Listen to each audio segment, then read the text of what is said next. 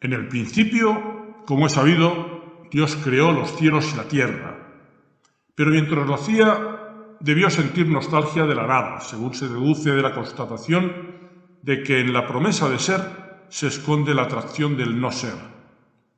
En consonancia con ello, León Felipe describe así ese momento paradójico en que al parecer las cosas echaron a andar. En el principio creó Dios la luz y la sombra. Y Lao Tse en el Tao Te Ching, el ser y el no ser surgen juntos. Y también Cioran, al principio fue el crepúsculo. Hablamos pues de ese momento de total pureza en que el ser y el no ser no se han diferenciado todavía. De manera que al abrirse las puertas del Big Bang, salieron a la vez la expansión y la contracción, el movimiento y la inercia, el caos y el orden, Sodoma y el diluvio, el olvido y la eternidad. Desde entonces, la paradoja pasó a ser algo intrínseco a todas las cosas. Y ahora que lo pienso, también extrínseco.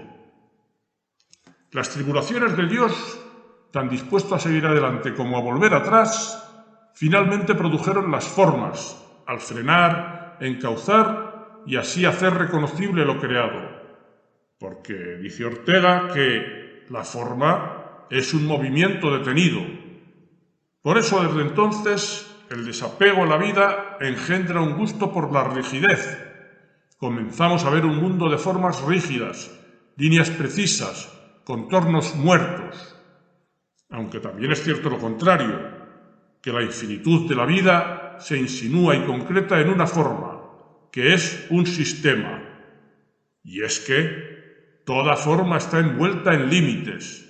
Si se rompe por completo el límite, la forma desaparece. No se es nadie, no se es alguien. Estamos, en fin, gozando aquel combate en el que el espíritu dice, quiero ser, y la materia le responde, no lo quiero. Con lo cual, constatamos que el universo es una pausa del espíritu. Llegado el momento de la síntesis del movimiento y la quietud, del excéntrico y explosivo acto de creación y de su contrario domesticador, surgió el gen, cuyos compuestos atómicos parecen bailar una danza salvaje, hasta el punto de que constantemente, o desbordantes de inconstancia, salen de la resbaladiza pista del gen para que otros los sustituyan. La danza de las moléculas de ADN parecería por un momento que es más reposada, pero ninguna se queda en su sitio en realidad. Permanente y promiscuamente son sustituidas también por otras equivalentes. Esta fue la bienaventurada seguridad que encontré en todas las cosas, confirma Nietzsche, que prefieren bailar sobre los pies del azar. Las células que guardan cada doble hélice del genotipo también mueren y son sustituidas una y otra vez. El cuerpo que nos pertenece ha cambiado todas sus células al cabo de pocos años. Nada de lo creado permanece. Todo se mece sobre ese gran impulso expansivo que no deja piedra sobre piedra, que una y otra vez devuelve al caos toda apariencia. La muerte que nos espera es una secuela de la fuerza que está detrás de la creación. Debido a ella, todo tiende a trascender la frontera del más allá, insatisfecho con lo que ha llegado a ser. La vida es una función de ese impulso, y la muerte, es decir, la entrada en el más allá, es una exigencia de la vida, que no puede detenerse definitivamente en ningún sitio, que cumplida su misión se sale también de la pista en busca de algo más. La vida activa, la vida que se mueve hacia la muerte. El movimiento es la vida gastándose, es el disfraz de la muerte entrando astuta en la vida. Y es que dice Nietzsche que nosotros amamos la vida no porque estemos habituados a vivir, sino porque estamos habituados a amar. Descreído, Nietzsche no tenía más remedio que llegar a esta terrible conclusión. La vida no es más que una variedad de la muerte. Lo cierto, sin embargo, es lo contrario. Convertidos, pues, en una mónada de Dios, dejamos que fluya a través nuestro aquel impulso de creación, así como el de su correlativa retracción hacia la nada. A causa de lo primero, en un despilfarro de centrífuga creatividad, mis células me van abandonando minuto a minuto, inconformes con la rutina de ser parte de mí, con la rutina de ser. De acuerdo con lo segundo, todo en mí aspira a descolgarse de ese dinamismo y quedarse atrás. En suma, descansar en paz. ¿Qué soy yo entonces? ¿Qué, si nada de lo visible permanece?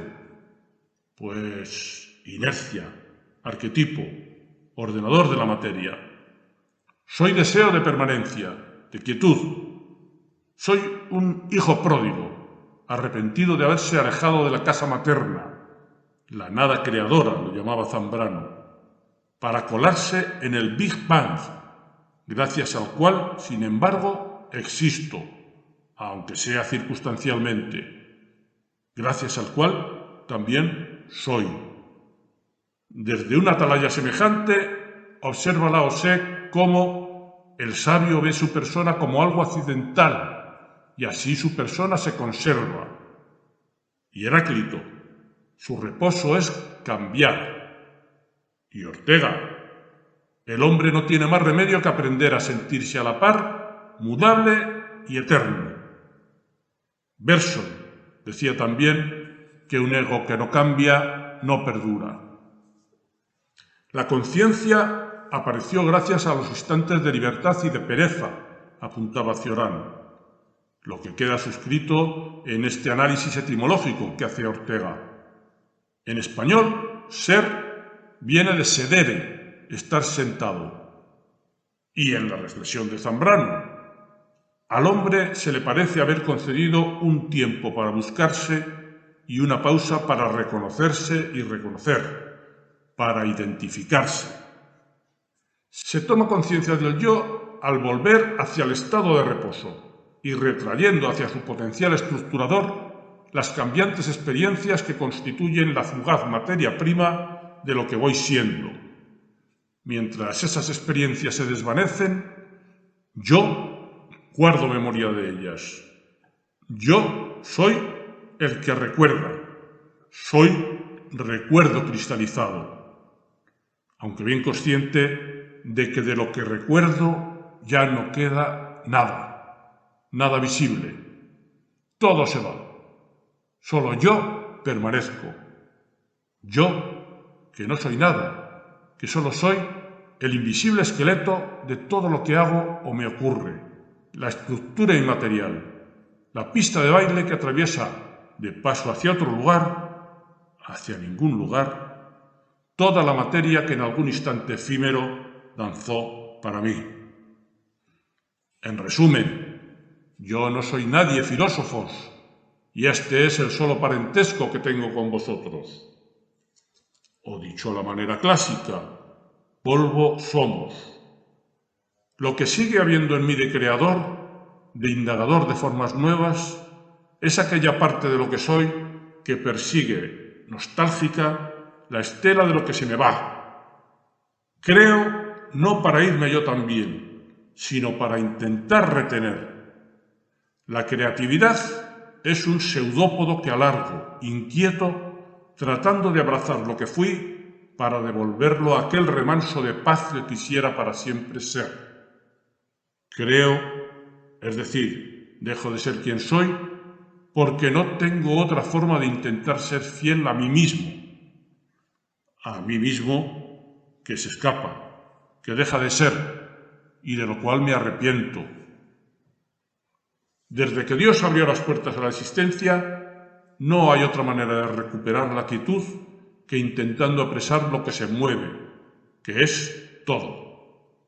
Y no hay manera de ir a otro lado que no vuelva una y otra vez a evocar lo que ya fue. ¡Qué tormento que nada permanezca! ¡Qué alivio que todo sea eterno!